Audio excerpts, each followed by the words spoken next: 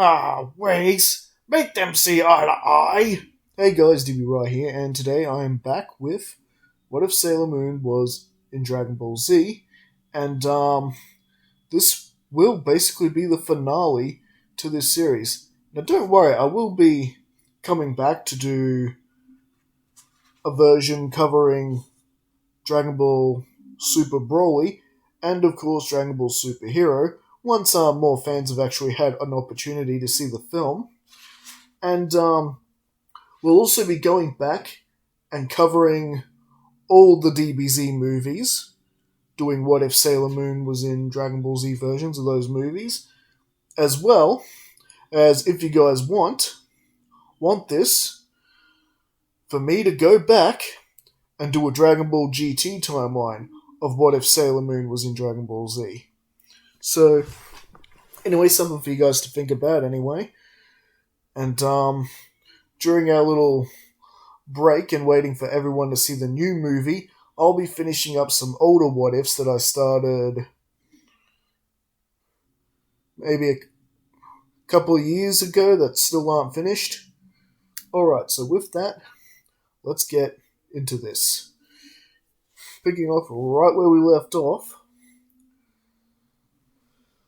we are pretty much halfway through the Tournament of Power. The universes are being picked off one at a time.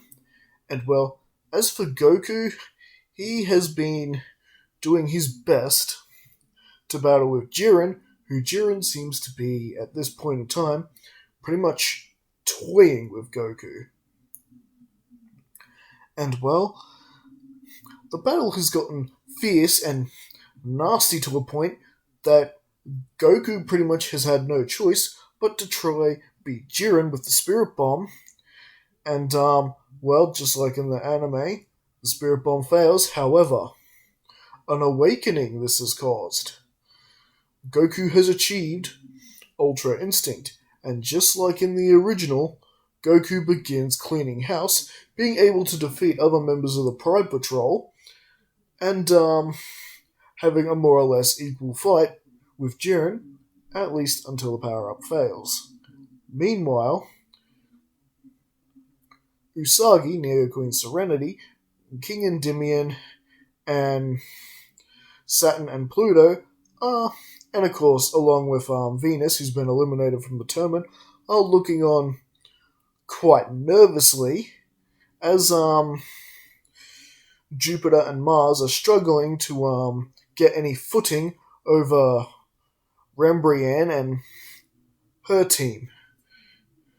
But at least it's a pretty equalish battle. And,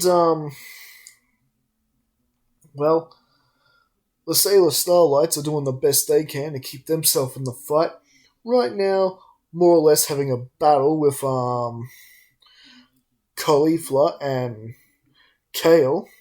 Luckily Kale's pretty timid, and Caulifla is having quite the time of her life, at least until the Sailor Starlights actually managed to overpower her in her Super Saiyan transformation. And, well, things are beginning to look pretty bad, and well, this is when Kale gets sets off and transforms into Berserker Super Saiyan or Legendary Super Saiyan. It's weird that form has two names. Anyways, bottom line is, she has gone berserk, and quite frankly, she's pretty much tearing the Sailor Starlights apart. Pretty much, the only thing that pretty much saves their skin at this point is Uranus and Neptune also jumping into the fray, and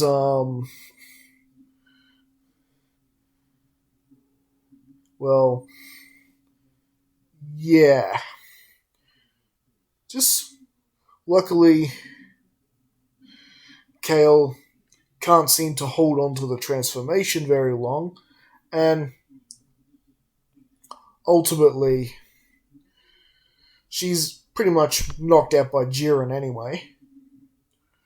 And which gives the Starlights and Uranus and Neptune time to regroup because Jiren is just not interested in fighting the Sailor Guardians. To them, they're just too weak for him at the moment. They're not interesting enough. Now, meanwhile, with Gohan and Piccolo pretty much working together as a team, they're doing quite well with eliminating other fighters. After all, they know each other so well. And remember, Gohan has not gone soft in this reality, nor does he have that vulnerable weakness of his of being too confident when he's sure he's won. However, then he spots Frieza making another one of his despicable moves, this time on his wife, Chibiusa. Yes, Lord Frieza has decided to attack Chibiusa and is giving her a bit of a beating. I remember you. You are the wife of that monkey Gohan. Yes, I will enjoy very much eliminating you. Lucky for you, I can't kill you in this tournament.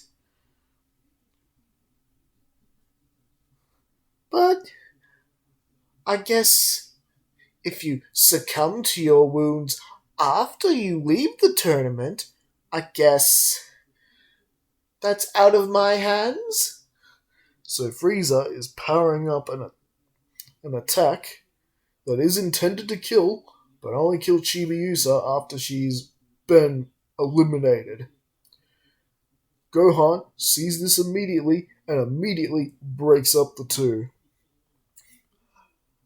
Beerus is not liking this one bit. Frieza, Gohan, remember you're on the same team now. Let's not do anything stupid. However, Gohan is straight up ignoring him. Gohan's all like, hands off my wife. Oh, look at you, defending your wife from another universe. I guess that makes you a full-blown traitor. And well, Frieza powers up into his golden form, and we get Gohan and Frieza battling out. I know, right? They're fighting for the same universe. They're on the same team.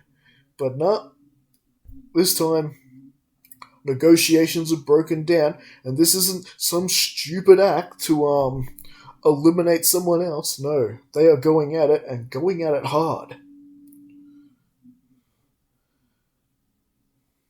And well, who is the winner of the all-out battle? Well, Gohan actually is, and he's able to send Frieza out of the tournament. This does not make Beerus happy. With Frieza eliminated, Beerus is wanting to destroy Frieza on the spot, and he's wanting to destroy Gohan on the spot too. In fact, he's getting ready to power up a couple of Hakai attacks. I think that's what they're called. The ones when you get hit by them, they erase you. However, Whis is informing Beerus he might not want to do that because, well, Grand Zeno is getting ready to erase Beerus.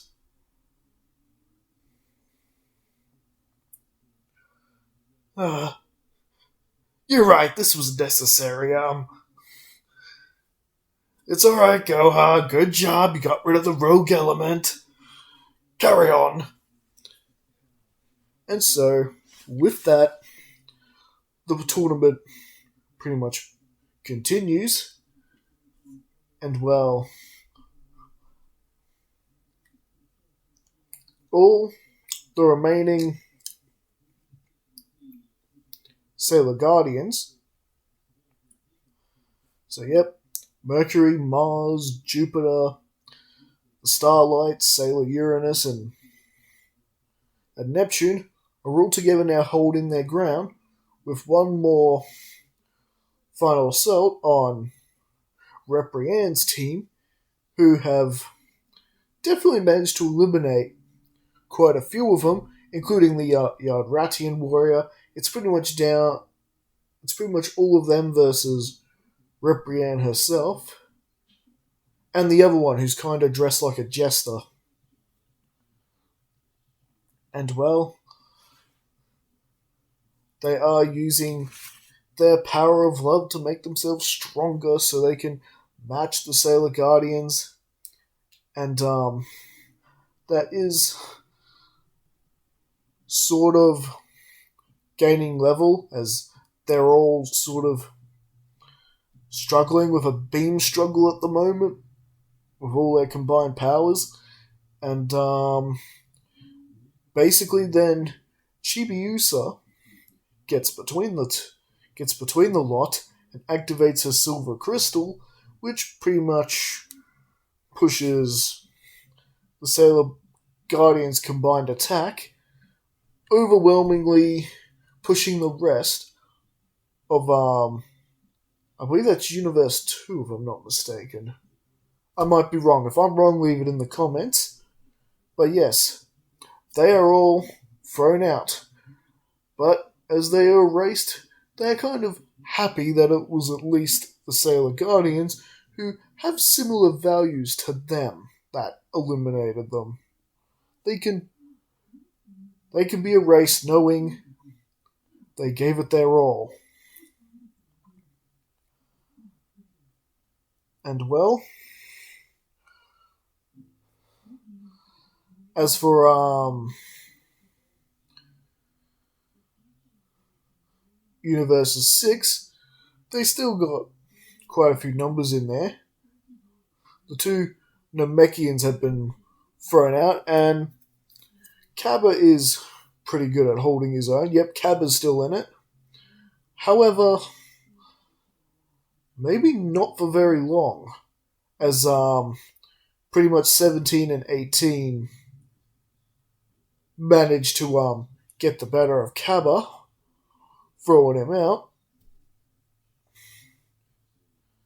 So Champa is beginning to Lord Champa's beginning to sort of lose it a little bit, and then he signals for Khalifa and Kale to do that thing that they were secretly planning. Of course, we know what this is, their fusion. They decide to use their Patara earrings in order to fuse into Kefla. Oh yes, a mighty force to be reckoned with for sure.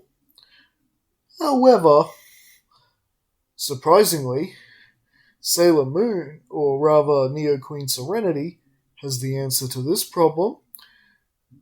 Now, of course, Beerus throws a huge tantrum about them using the earrings, but Grand Zeno liked the fusion and okayed it, so with that, Sailor Moon reveals in her hand that she still has the Patara earrings that were given to her all the way back during the Neo Queen Black incident, when she and Seiya last did their fusion.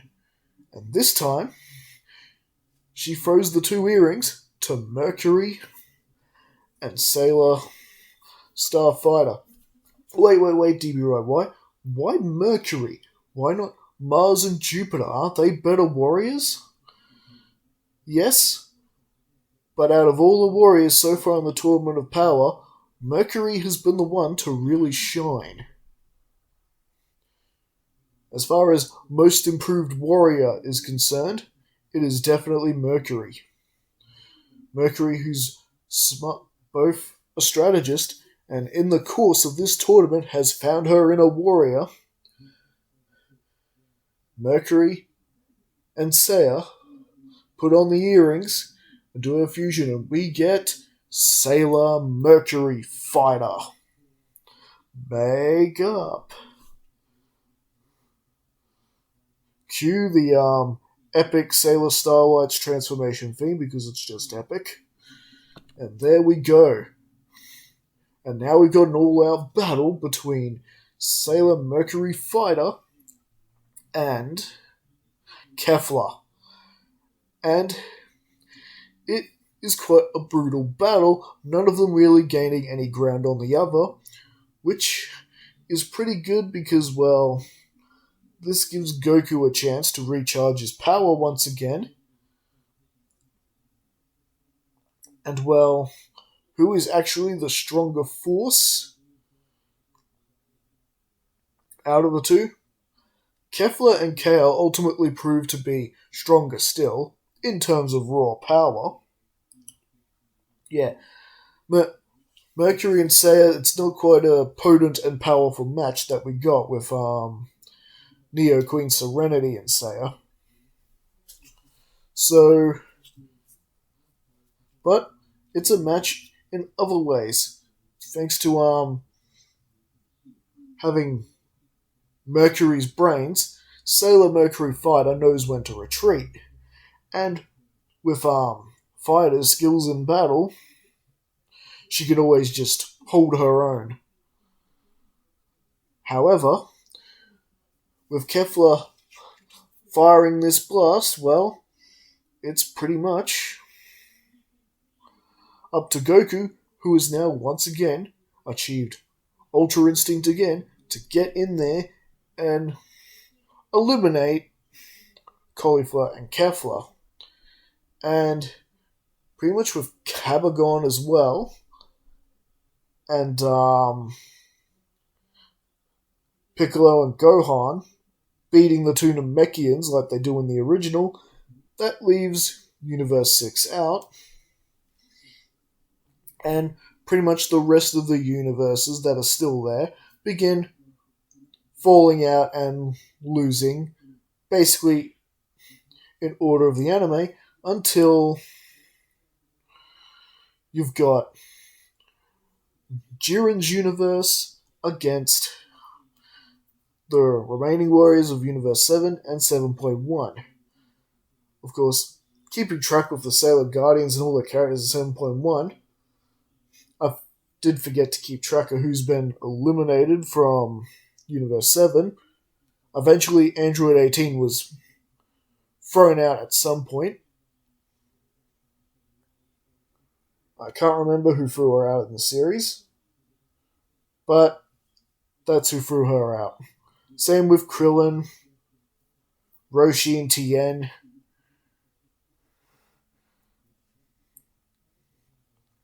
So, at least on a plus side of this part of the story, there are still more Universe 7 guys, and still quite a few 7.1, against the 3 remaining members of the Pride Troopers.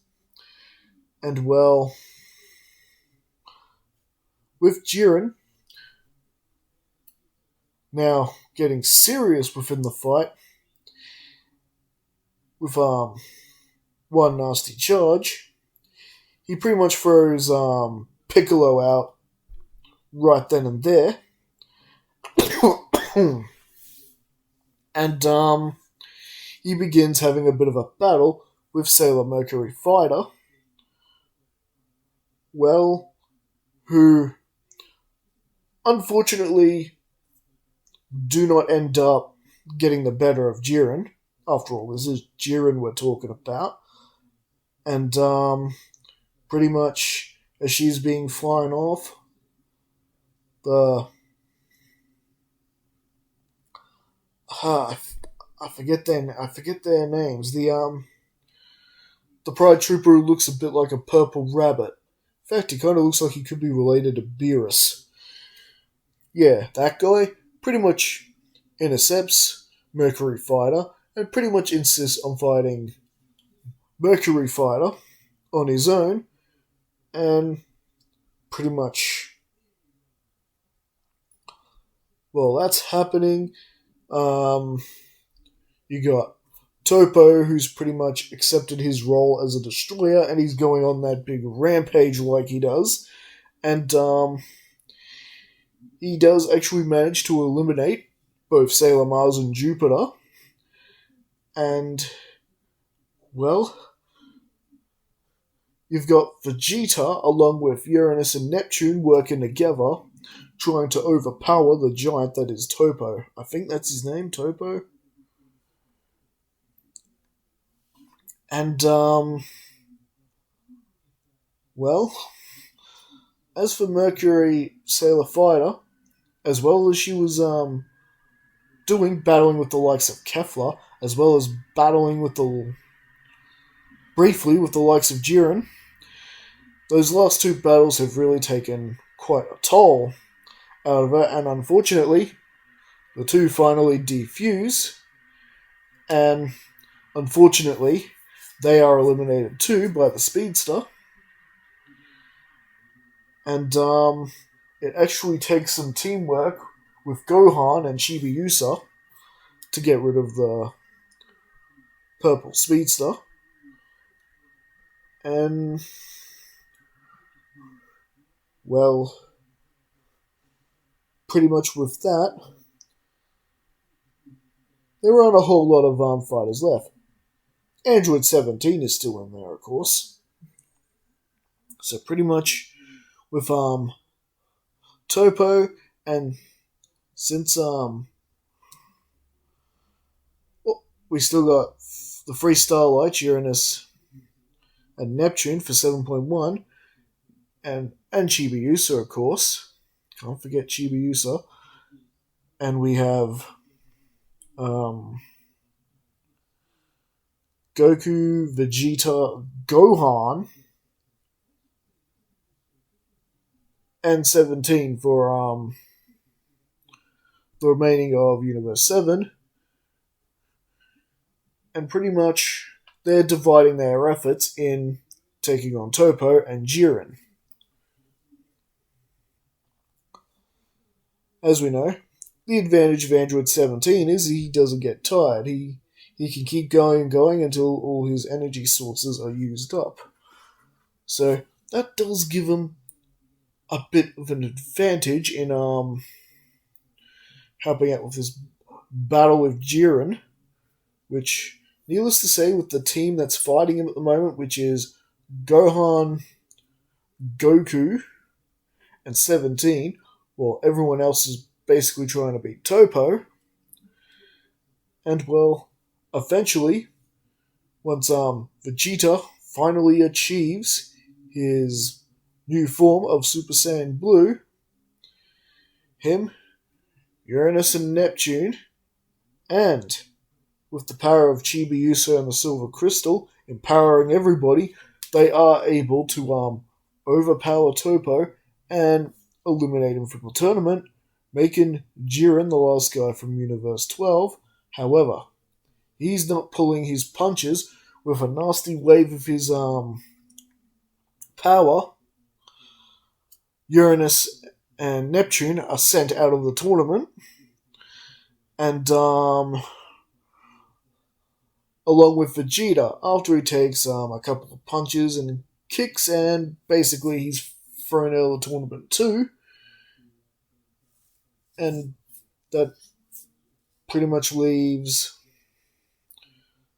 Did I say all three Starlights were in there? Because Mercury and Sail were thrown out. The other two are still there. So I'm sorry if I had an inconsistency there. There are only two of the Sailor Starlights left, and they attack Jiren together. Ultimately, it is nothing to him. And, well, with Goku's resources lost and everything like that, well, Chibiusa uses as much of the Silver Crystal's power as they can, and it actually does manage to charge Goku's power all the way back up to Ultra Instinct. And Gohan has also achieved a new form in his own right. I call this Mystic Blue. Because basically what happens, he keeps the blue aura of Super Saiyan Blue, because in this timeline he achieved Super Saiyan Blue. However, with Mystic Blue, his hair remains black, like in his mystic form. So, it's a pretty powerful force in its own right. Still got 17 there, and Chibiusa has upgraded her power to basically become